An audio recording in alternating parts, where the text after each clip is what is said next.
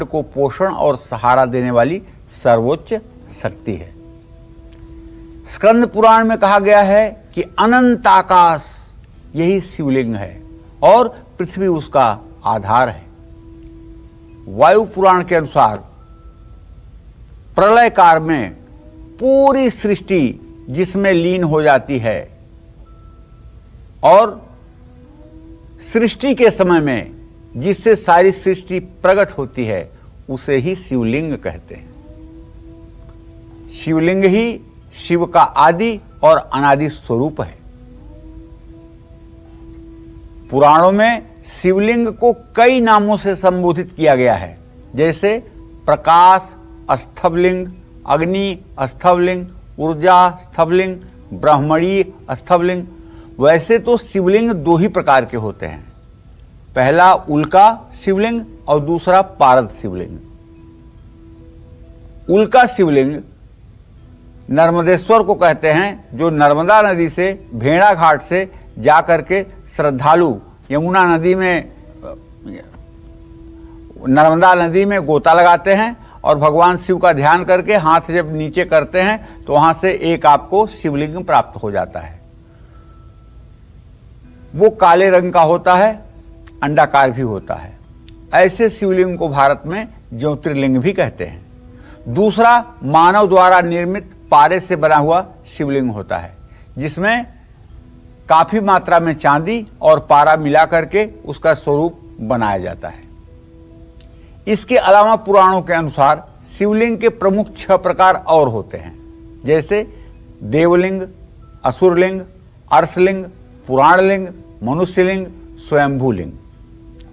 शिव पुराण के अनुसार ब्रह्म, माया, जीव, मन, बुद्धि, चित्त, अहंकार, आकाश, वायु, अग्नि, जल और पृथ्वी को ज्योतिर्लिंग या ज्योतिपिंड कहा गया है। शिवलिंग में 3 भाग होते हैं।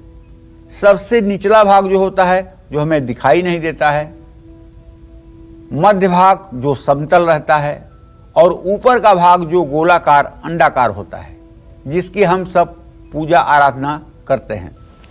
सबसे नीचे का भाग ब्रह्मा जी को, मध्य भाग श्री हरि विष्णु को और सबसे ऊपर का भाग भगवान शिव का प्रतीकात्मक स्वरूप है। शिवलिंग ऊर्जा का स्रोत है। इससे निकलने वाली सकारात्मक ऊर्जा जीवन को खुशहाल बना देती है। कहते हैं ना, शिवलिंग से बहुत ज्यादा रेडिएशन होता है।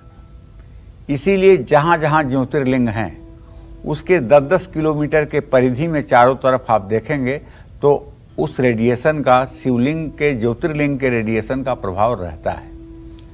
और बहुत सी ऐसी बातें हैं जो शिवलिंग से जुड़ी हुई हैं, जिनकी जानकारी आपके लिए आवश्यक है कि स्थापना कर लेते हैं। करना भी चाहिए, डरने की कोई जरूरत नहीं, लेकिन उसका रख रखाव होना चाहिए। पहली बात तो जो ज्योतिर्लिंग आप अपने घर में शिवलिंग रखे, वो अंगूठे के आकार से बड़ा न हो, नंबर 1। नंबर 2, इसे रखने और पूजा करने के नियमों के बारे में अगर नहीं जानते हैं तो आज जान लीजिए। भगवान शिव की उपासना का प्रतीक शिवलिंग अपार ऊर्जा का प्रतीक है। मंदिर में स्थापित शिवलिंग पर लगातार या तो आने वाले भक्तगण जल चढ़ाते हैं या फिर जलहरी से उस पर जल गिराया जाता है। शिवलिंग के ऊपर एक जल से भरा कलश लटका दिया जाता है, जिसमें से शिवलिंग पर निरंतर जल गिरता रहता है, जिससे रेडिएशन की नकारात्मक ऊर्जा समाज को प्रभावित नहीं करती है। तो शिवलिंग से लगातार ऊर्जा निकलती रहती है, जो आसपास के वातावरण को सकारात्मक और शुभ रखती है। इस अपार ऊर्जा को मंदिर में तो पर्याप्त स्थान और पर्याप्त जल मिलता रहता है, लेकिन घरों में स्थापित शिवलिंग पर निरंतर जलाभिषेक करना कभी कभी संभव नहीं होता है। लेकिन हम जितने लोगों को शिवलिंग रखने के लिए कहते हैं, उनसे या तो ये कहते हैं कि अंगूठे से छोटे साइज का शिवलिंग हो। छोटा शिवलिंग पारे का होगा तो उससे बहुत ज़्यादा रेडिएशन की संभावना नहीं रहेगी।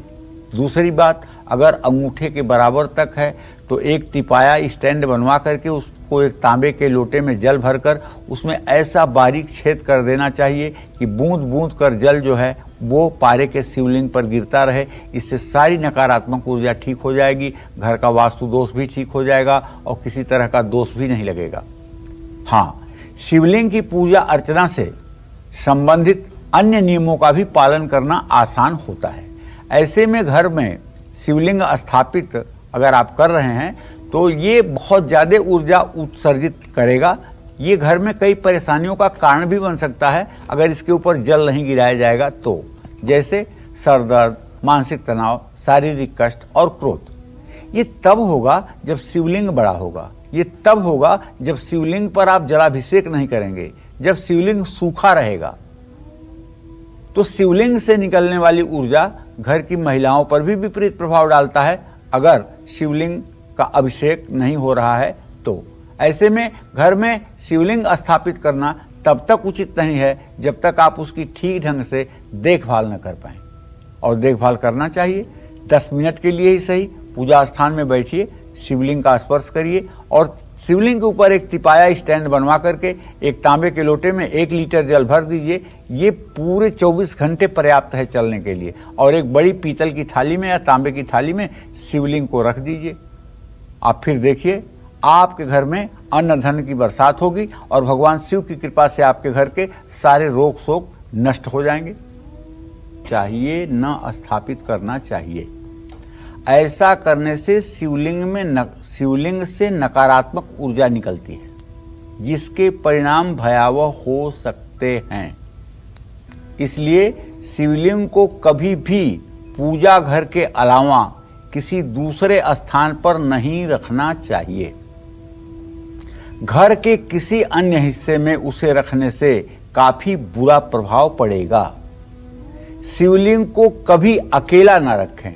अगर शिवलिंग रख रहे हैं तो उसके साथ शिव परिवार या तो हो या भगवान गणेश जरूर हों।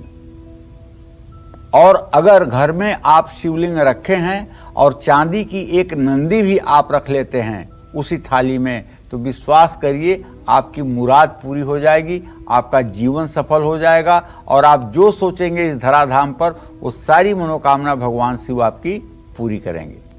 कभी भी शिवलिंग को ऐसी जगह पर मत रखिए जहां वैवाहिक जोड़े बैठते हैं, सोते हैं या सांसारिक क्रियाकर्म में रहते हैं।